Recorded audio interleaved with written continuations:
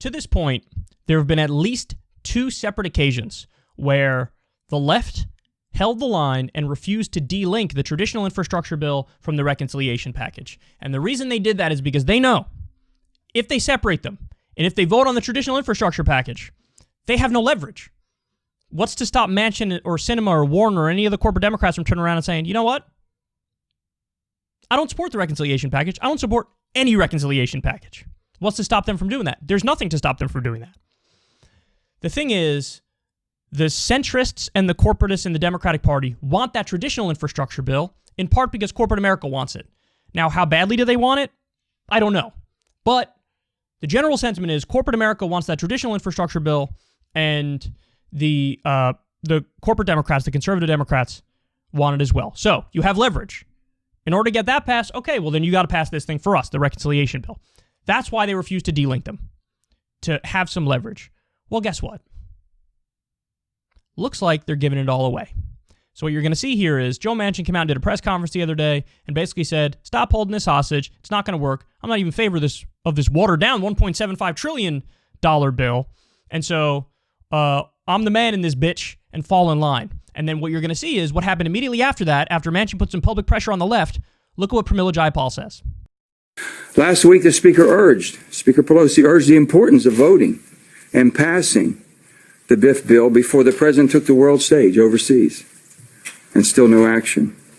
In my view, this is not how the United States Congress should operate, or in my view, has operated in the past. The political games have to stop. Twice now, the House has balked at the opportunity to send the BIF legislation to the president. As you've heard, there are some House Democrats who say they can't support this infrastructure package until they get my commitment on the reconciliation legislation. It is time to vote on the BIF bill, up or down, and then go home and explain to your constituents the decision you made. And I've always said, if I can't go home and explain it, I can't vote for it, and if I can, I will.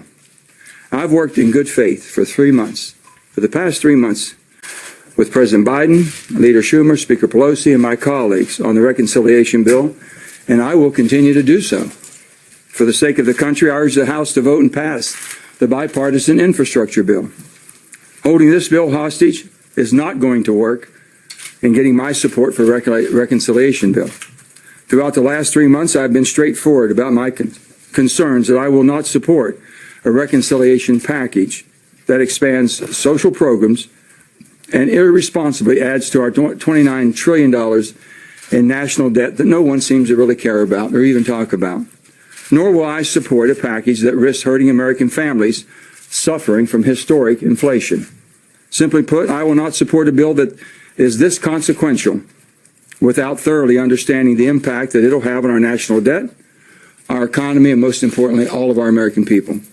Every elected representative needs to know what they are voting for and the impact it has, not only on their constituents, but the entire country. We now feel like we have what we need. We are taking the president's word at the fact that he believes he can get 50 votes in the Senate. I hope that the 2 senators that we've been waiting on these months, who have come to the table in good faith and negotiated, that they understand that this is a leap of faith. But, assuming we get these final negotiations done, we're ready to pass both bills. And I think the caucus feels very good about the fact that we've been able to do what we said from the beginning.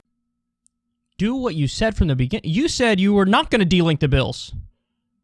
You said you wouldn't vote on both of them until you had Manchin and Sinema signing on for it. They didn't sign on for it. You're not doing what you said from the beginning.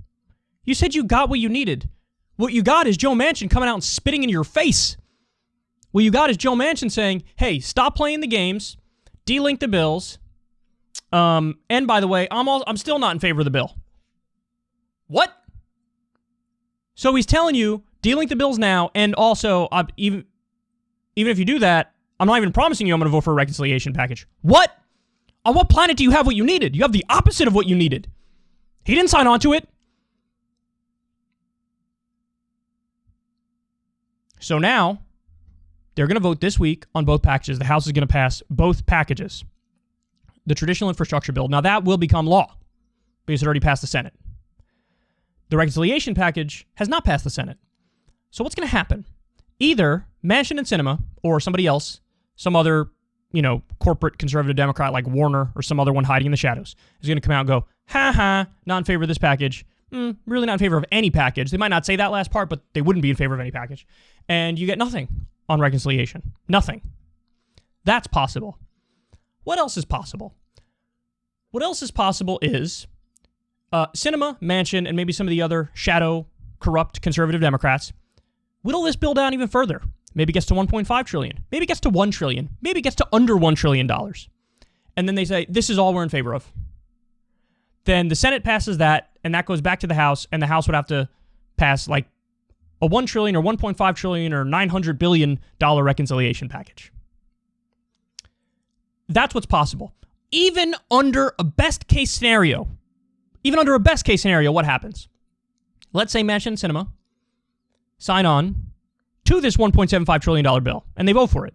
Okay, then the $1.75 trillion bill becomes law, and the left lost all their leverage to push Joe Biden for more, which was my original plan. What did I tell you guys from the beginning?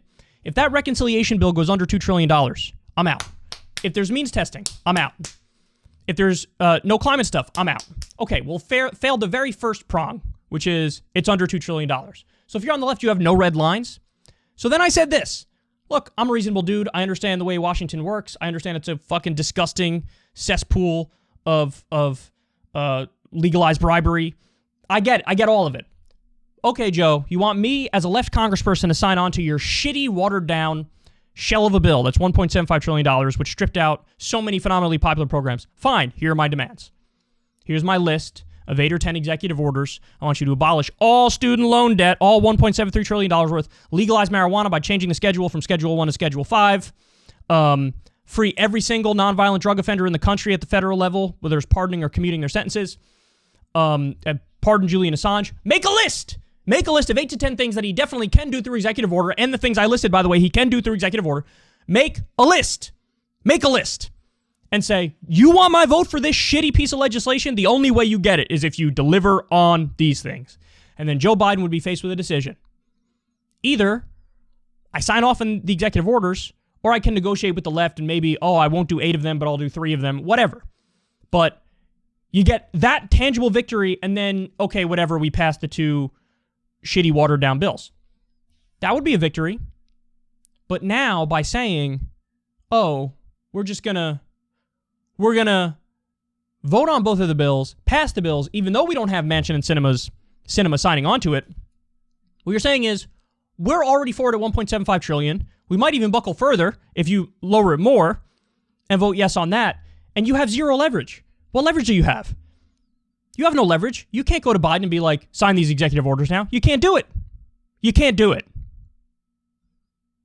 So what you're doing is folding like a cheap lawn chair, like you always fucking do. Like you always do.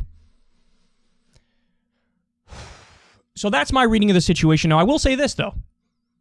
I've been told by people who are involved in what's happening there in D.C. that they do have Manchin and Sinema signing on. That's what I've been told. That what Joe Manchin is doing is putting on a show because he loves getting the heat from the left because it helps him in West Virginia when he runs for re-election. That is what I've been told. I've also been told the left has gotten some executive order support from Biden. Now, I don't know the specifics of those executive orders. And honestly, I don't think I believe what I'm being told. I'll be nice and say it that way. I think that what this looks like at face value is what it is. And what I predicted will happen, the scenarios I gave you, one of those things is going to happen. I do not think that Manchin and Sinema have secretly signed on. And I do not think the left got any sufficient executive order concessions. Maybe they got some executive order things, but I don't think it'll be sufficient. So it is possible that maybe that is true. maybe they did secretly sign on. Maybe when it comes up for a vote, it will pass a $1.75 trillion, and maybe Biden does some executive orders. But my guess is, even in that scenario, there will still be at least a couple of provisions that are stripped out from the $1.75 trillion bill, so it gets even worse. And I think the executive orders would also be watered down. That's my guess. So every instinct I have tells me, no, what this looks like it is what it actually is, because every time in the past, that's what it is. And Pramila even said right there, we're taking a leap of faith. Same guy who didn't deliver on $15 minimum wage. Same guy who didn't give you a public option. Same guy who didn't give you $2,000 checks. We're going to take a leap of faith and trust him. Okay. So I think this looks like what it is. But in the spirit of total transparency, I have to tell you what I've been told about what's going on there. Again, I don't really believe it, but that is one perspective that's been floated. And I have no doubt, here's what I do know. I bet you that's what the left flank in Congress has been told. And so that's why they maybe be willing to go along with this. In fact, definitely be willing to go along with this. Because they probably believe it when the Congressional Progressive Caucus leadership comes to them and says, hey, actually Manchin and Sinema did sign on. They're just showboating and pretending to be against it. And they would believe it when they're said, oh, Biden is making concessions on executive orders. So we'll see what happens, but I absolutely fear the worst. I think the worst will happen. You just hope for the best. If you want to see me and Crystal Ball interview legends like Noam Chomsky, Cornel West, and more, subscribe to Crystal Kyle and Friends on Substack.